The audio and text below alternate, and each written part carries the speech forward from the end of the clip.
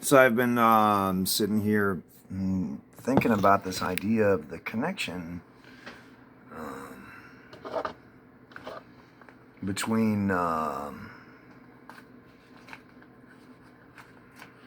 Portland elite, the idea of sexism, and the idea of racism. I'm wondering what's happening there. It's something I've thought about before, and it's something I wrote in my statement to the president. It's in one of my previous videos. What I basically say is that Portland, Oregon, the matriarchs, those who are in charge, the psychopaths, from that mindset, getting into the mind of the enemy. So into the mind of the enemy, the psychopathic mind says they don't like white people. Okay? And they want to point the finger and they want to say, you hate black people. That's what they're saying. You hate black people. And what they really mean to say is, we hate black people. We hate black people. That was detailed in the idea of projection from one of my earlier videos. So there's that idea. You take a look at the empirical evidence that surrounds Portland. Like I said, go to the Wikipedia page. It'll show you that it's a hotbed for white supremacy. The whole area. The town is almost entirely white. There is everybody's priced out of that town. I mean, to African Americans, it's just not a friendly town. There's just not a place to live. There's no accommodations whatsoever. So when you say you hate black people, maybe what they're really saying is, I hate black people. So that might be part of the connection with all of that. I don't really know the answers to these questions. It's a hypothesis based off of psychological pathologies and my existing knowledge base in those areas. What I've been thinking more about, which is maybe the more important part of this video, is that I would give you the same advice that I once gave the Democrats. I would give the conservatives the same advice that I once gave the Democrats. You got to get a supermajority. You just got to get the votes. And the thing is the votes are there. And what's interesting to me is that the Portland elite are talking about deprogramming Trump supporters. Well, if that idea is transposable, why can't they be deprogrammed? What I know is this: I know that at some point in the future, we're going to have a bunch of arrest warrants for domestic terrorists in Portland, and I just know that's coming. It's just a matter of time. And the question is it okay for us to deprogram you? Is it okay for us to deprogram terrorists? Is it okay for us to deprogram domestic terrorists? Is it okay for us to deprogram the elites, the liberal elite? Can we deprogram you? Because we're actually secure and conscious and you're not. So if you want to get into the psychology of that, why don't we get some psychiatrists up there and start talking psychiatry here?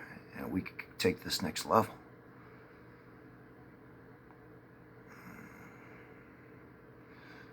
The idea is that the tent size of the party, a new party, maybe, I don't know.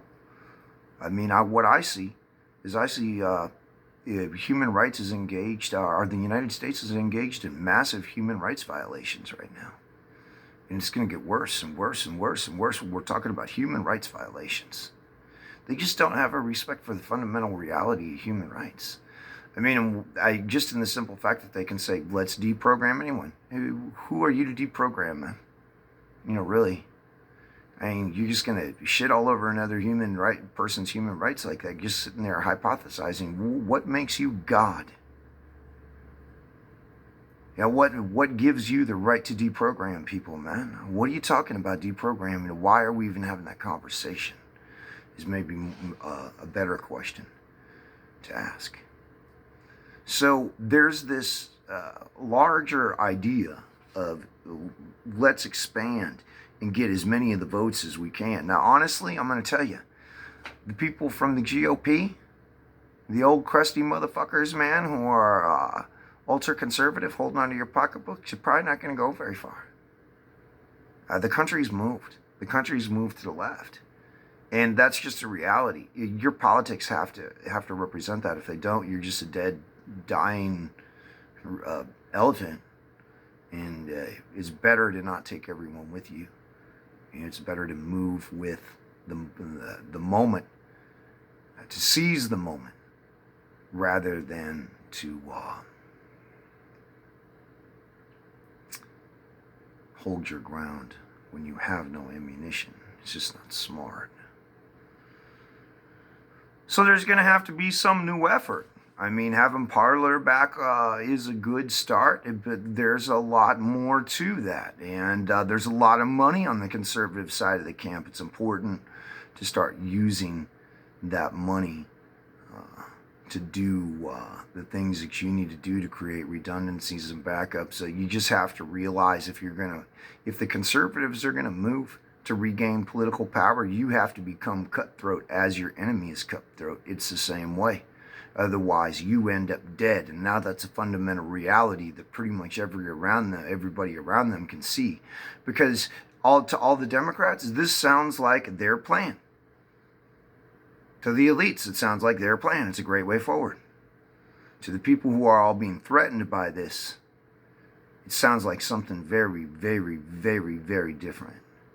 And what we've forgotten as a society is the dialectics. And I would argue that this is a very important part of the next movement, is the idea of dialectics. We have to understand that we have to be able to compromise. That's part of the reason why we have problems, is we're unable to compromise. When we have dialectics, we understand, okay, there's this one person over here, they have an opinion. There's this other person over here, they have an opinion. This person's right for them, this person's right for them. Okay, that's just how it is. That's just the fundamental reality. You're not going to be able to sit and decide which one of those two people is right. There's halfway between the two of them. And if you have dialectics engaged and you're able to think in that way and realize you're not going to be right all the time and they're not going to be right all the time, then maybe you have a way of moving forward. But the thing is with the opposition right now, they're not dialectical. You can't approach a dialectical conversation with them, but they will move into the past over time. And it's important that we establish that as a precedent moving forward as civilization. That idea of dialectics involved with our government, the idea of rightness and wrongness isn't really working. It's causing huge, giant fucking problems for everyone. So I've been thinking today maybe just more about expanding the tent size and trying to figure out just some political strategies for moving forward. Now me, I don't have a lot to risk here. I'm not like the rest of Americans. I've already lost everything there is to lose. I've already gained my security through my VA benefit. I already live at the bottom of the totem pole, so I got no place else to go. I'm already hardcore like that, and amped up. The people around me, they could be going through a whole lot of suffering over what's coming. So, I want to be here to provide solutions to everyone from a dialectical perspective, so we can all move forward without massive casualties. I see what's happening now with the unnecessary incitements. I see it as an unnecessarily high risk of violence, and that there's not really a need for all of that. It's not really necessary. And it's making us look Bush League pretty much to the entire world. We look like we just don't have our shit together.